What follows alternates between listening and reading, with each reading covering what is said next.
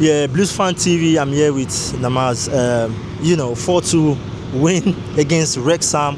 What a game, brother! What a game! Honestly, in my own opinion, I think one of the game of the season, because the way the game, started, they scored against us, we managed to pull back. A lot of things happened in this game, brother. Talk to me. How do you feel about the game today? Well, I think first of all, credit must go to Wrexham. They'll probably show us why they belong in the Premier League. At the end of the day, they had a game in hand in the Championship. They're sitting comfortably on 57 points, so they had every right to go for it with the home support behind them. They gave us hell. They were generally the better team. Deservedly went 1-0 up. We got a little bit fortunate with our equaliser. Garnacho just slid it underneath, but then a little few ricochets came off the goalkeeper and it was 1-1. And then second half, we were just lethargic. We were all over the place. It's like there was no sort of impetus for us to drive, and Wrexham were just killing us on the flanks.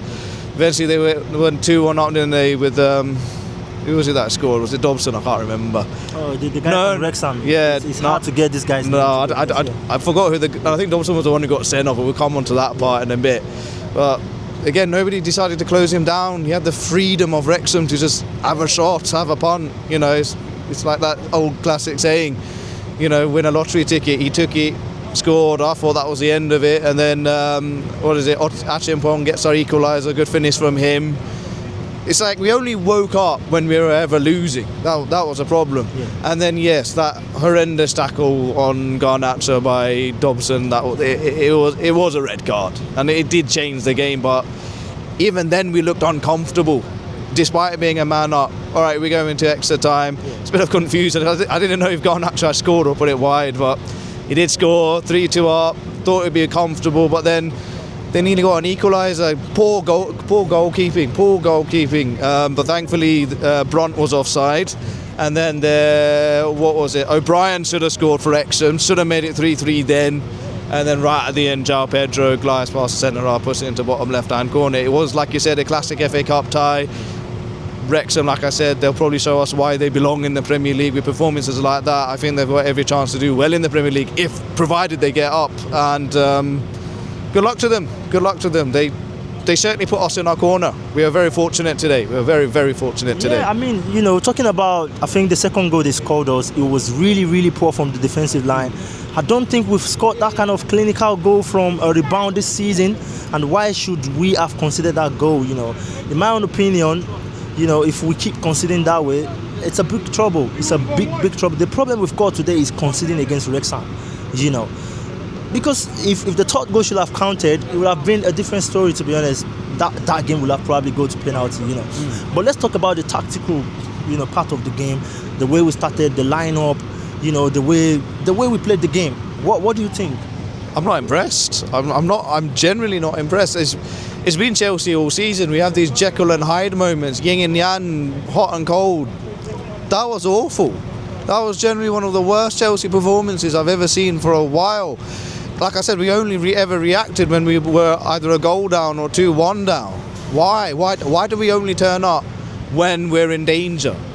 I think Liam Rosenior, again, we don't know if he's actually making these deep decisions. I don't know.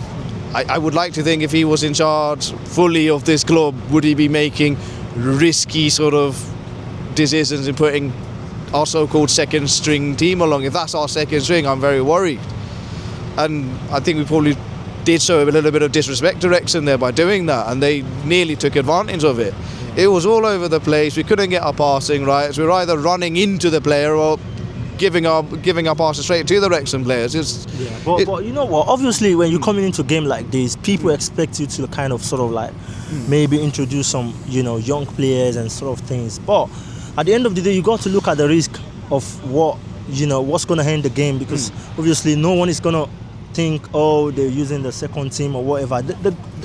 I mean, the main thing is to win the game. It doesn't really matter if you're setting up your first team. The way you set up really, really determines how important you definitely need a game at the end of the day. But, another low block formation for us today again. What do you think about this? Obviously, using the academic players and also playing as a low block, because it was 5 defenders. Well, that's what surprised me. It was like in the first half, Obviously, Wrexham weren't going to like press us like what PSG might do to us next week. They were happy to just sit back and then counter. I mean, the first goal was ridiculous. One ball over the top, Sunday League kind of goal that we conceded there. So that was the first half. But in the second half, I don't think they sat back, to be honest. I think they saw the nervousness in Chelsea's defensive line. We changed it to a 4 because we thought, all right, we'll try to get our wingers involved. But we couldn't get our wingers involved because Wrexham grew confident again. They slowly started pushing up onto our back line. We were strangled. We were chokeholded by the Wrexham players, and like I said, I give my credits to them. They absolutely were the better team, but we were fortunate to go through. Like you said, we're happy we're through. We're in the quarterfinals. That's all that matters to me, because I said this game against Wrexham was more important. I know it sounds ridiculous, but it sounds more important than the one against PSG.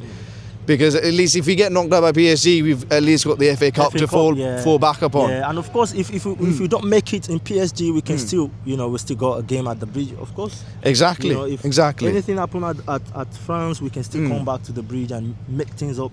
Absolutely. But for this, we can't make it up. If we've been knocked out, we've been knocked out. Exactly. And it means we don't have anything to play for anymore, because Premier League is gone. Yeah, it was long gone. Cup is gone. Champions League doesn't look like.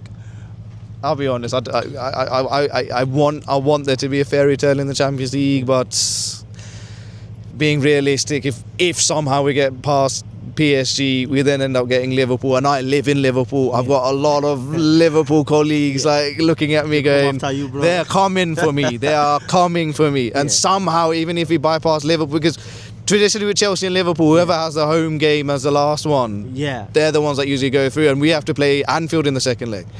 So if we somehow bypass Liverpool, it's then either one of, no disrespect to Atlanta, but it's going to be either between Bayern Munich, Real Madrid and Manchester City. I don't see how we're going to get past all of these lots. So really, this game was the end all in all of this. I'm relieved. This is the thing. And then I think the overall match reactions are relieved. 4-2. I think the scoreline is a bit of injustice as well, but like I said, we take it, we move on to the next one against PSG. Right, so let's talk about PSG just to wrap this up. Yeah. Obviously, big boys have been rested today. Caicedo wasn't in the game, Palmer wasn't in the game, Gusto came in, James wasn't in the game, and of course the goalkeeper situation, it needs to be talk about at this point. What's going on, bro? Like Sanchez coming on in the FA Cup, Jorgensen. Are we seeing Jorgensen as the first goalkeeper right now? Or what do you think about, It's a mess. It's a horrific mess. I mean, we all thought Sanchez was going to keep the number one goalkeeping spot, and then he was found wanting in the corner against Arsenal with that second goal. Sort of claimed it, lazy goalkeeping. Even today, the offside goal from from Brunt. What was he doing? He was flapping all over the place. What's going on? I don't understand. Jorgensen, I mean, he's all right, but would he be fitting in as a first-team goalkeeper in any other team? Would he be a first-team goalkeeper in Wolves? Yeah. I don't know. I don't think so. Yeah. Do you know what I mean? So it is a mess. We've got goalkeepers, but not world-class goalkeepers. Yeah. And against PSG, we know our defensive line is fragile. We know our goalkeeping situation is not the best. We know we're weak on set pieces in general. So at the end of the day, PSG, they want blood. They'll be after us, and they know our weaknesses, so they're just going to have to exploit it. We're going to have to try and minimise the errors that we make, because we're not keeping a clean sheet. It's not like the Club World Cup final. I wish it will be. Yeah. So that's what I want to say now. Are you seeing that sort of performance in Club World Cup? And are you confident that we can still go in with the same sort of lineup and just maybe something different can happen as well? I don't know. I think I said it in the Club World Cup final, head and heart. My head said PSG would win that final, but my heart went, I think we might win 2-1, because this is a one-off game. Over 2 legs, are we going to, because this is the thing, we're asking for 2 legs, are we going to fluke 2 legs? Yeah. And I think at this point my head will say, unfortunately, we might not make it this time. But I know what my heart says, but I'm going to keep that one a secret. Yeah, thank you very much, guys. So Minaz has just given us his own opinion about the game and of course what's going to happen against PSG, guys. Drop in your comment. Let's know what you think about Minaz's analysis about the game, and we'll see you on to the next one. Peace and love.